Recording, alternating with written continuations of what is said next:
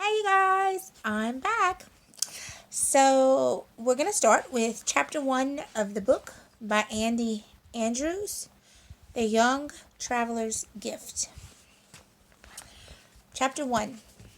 Michael Holder jumped from the hard wooden bench each time the steel door slammed shut. He wrung his shaking hands, hoping that the next time the door opened, his parents would appear, and this nightmare would finally end. Through the gray metal bars, he watched the annoying tick of the red hand of the clock, second by excruciating second. Surely his parents were on their way by now. He had heard the phone call, the officer's terse, no-nonsense explanation of the whole mess. "Mr. Holder, we have your son in custody." He couldn't imagine what his mother thought when she heard those words. The rest of the officer's words just swirled around in Michael's head.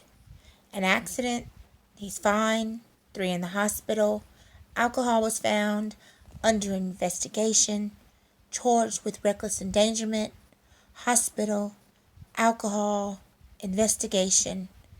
Michael so badly wanted to hear his mom's voice on the other end of the line. Had she been asleep? Of course she had. It was way past midnight. Was she angry? Humiliated? Crying? Why wouldn't she be? She had just received the most dreaded call in the history of motherhood. Your son is in jail. What call could be worse? At least your son has been killed. Calls suggest that that your son was innocent, right? At least with that call, a mom can get in the car knowing that her attempt at parenting had been successful. That she hadn't wasted 17 years raising a son who would just get himself thrown in jail? Michael shook his head. He was a failure. He had failed his mom and dad. He had failed his friends. He had failed himself. As the clock ticked on, Michael remembered a game he used to play to ease his mind while he was waiting for his parents to pick him up after school or baseball practice. He would close his eyes and imagine what his mom or dad was doing at that very moment. He would think, it's 3:30. Mom's getting off work. She's walking out of the office, down the sidewalk, across the parking lot, into her car. Now she's unlocking the door, getting in, starting the car. He would imagine every little detail of his parents' trips, until one of them would pull up beside him and honk the horn, startling him out of his thoughts. The game had always helped to comfort him. Maybe it would distract him now. Out of desperation, he began to imagine what was happening back at his house. Mom's waking up, Dad. His dad had been so exhausted lately, even more than usual.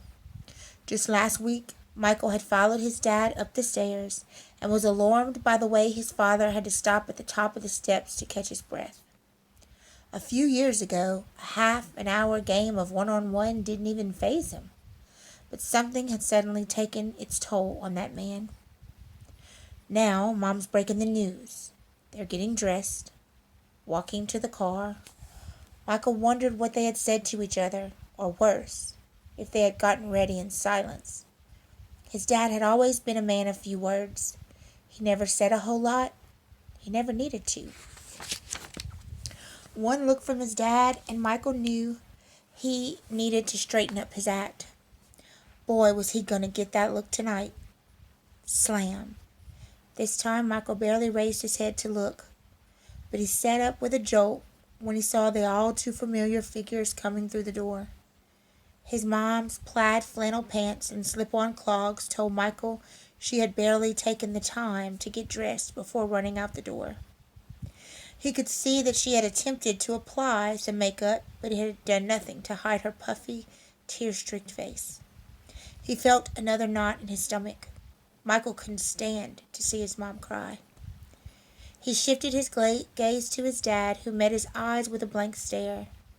It was nothing like the disciplinary look Michael had expected. It was a look of confusion, a "what in the world are you doing here" expression on his face, and he stared back at his only son. Michael quickly averted his eyes down to his dad's shirt. He had missed a button, and the shirt was untucked. Nothing like the crisp, formal way he usually dressed. Michael knew his parents would be angry with him, but now he was afraid it was much more serious than that. As his parents spoke with the officer, Michael wondered what they would say to him. He could handle stern looks from his father and try to do better speeches from his mother. But this? His dad seemed stunned, and his mother already looked as if she'd been crying for days. How would he face them? What would he say to them? How would he explain what had happened? It had been a little less than 2 hours since the crash. 2 hours that had felt like an eternity. By now that his parents were standing there looking at him, wanting to take him home, it seemed like he had just gotten there. Well, they probably didn't really want to take him home, and Michael wasn't really sure he wanted to go.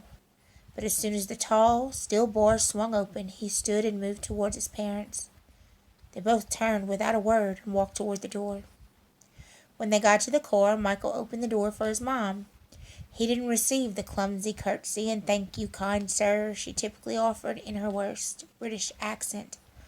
Michael would usually roll his eyes at her, but now he wanted to hear her goofy expression more than ever. The ride home was silent, and after a few minutes they turned onto Northfield Lane, where Michael noted each passing tree. He knew them all by heart. They were only 6 driveways from home. 5, 4, 3, 2. Forcing one foot in front of the other, Michael made his way into the house. Once they were inside, he couldn't stand the silence any longer. "Dad, His dad quickly held up a firm hand, and without a word went upstairs. Now Michael was the one who was lost. He was an old pro at handling his parents when he was in trouble. He could predict their every move, forecast every punishment. But this was bad, really bad. After gulping down a glass of cold water, Michael went to his room. He put the glass on his nightstand and collapsed into bed,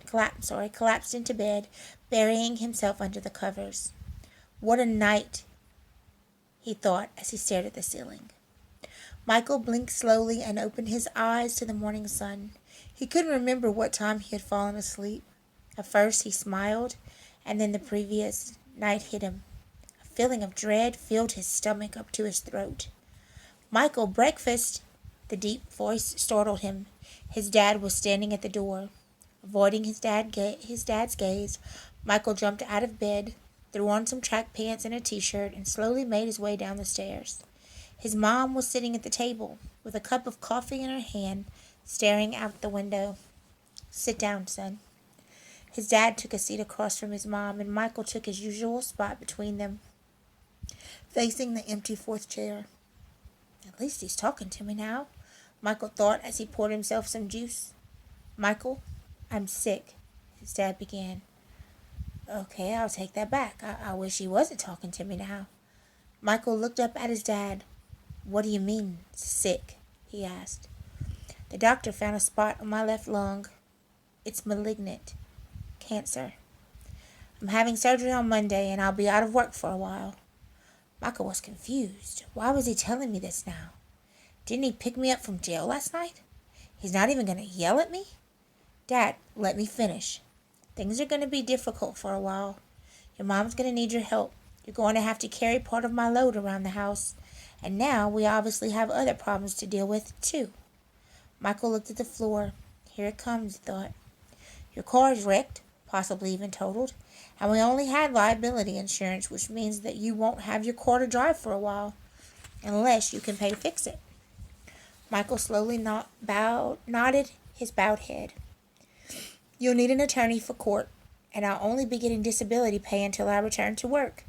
It's enough to cover the bills, but not the added expense of an attorney.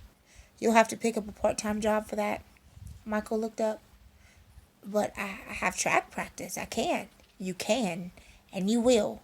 You made the choice last night, and today you will begin to face the consequences. You're almost an adult, Michael, and every man must face the results of his decisions."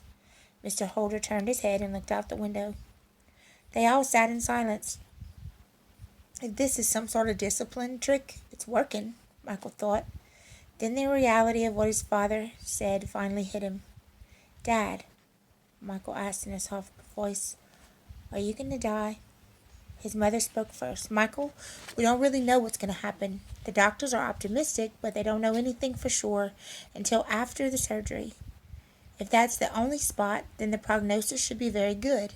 If the cancer has spread, then it will be more serious. There'll be chemotherapy, radiation maybe. We'll just have to wait and see.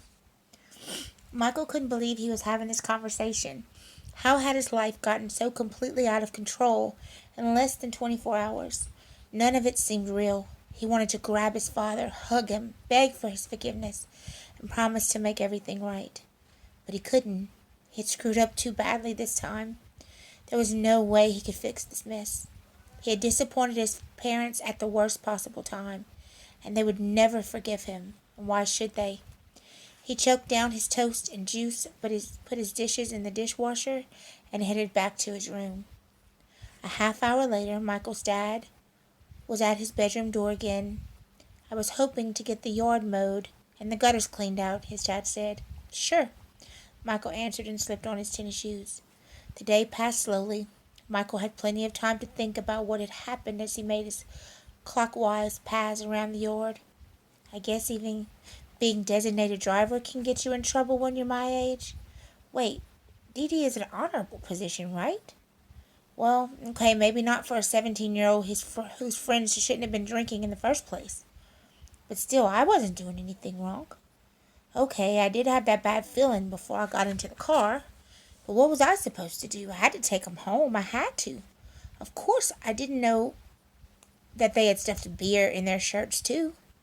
If stupid Mark hadn't thrown stupid David's stupid hat out the window, then stupid Chase wouldn't have jerked the wheel for me to turn around.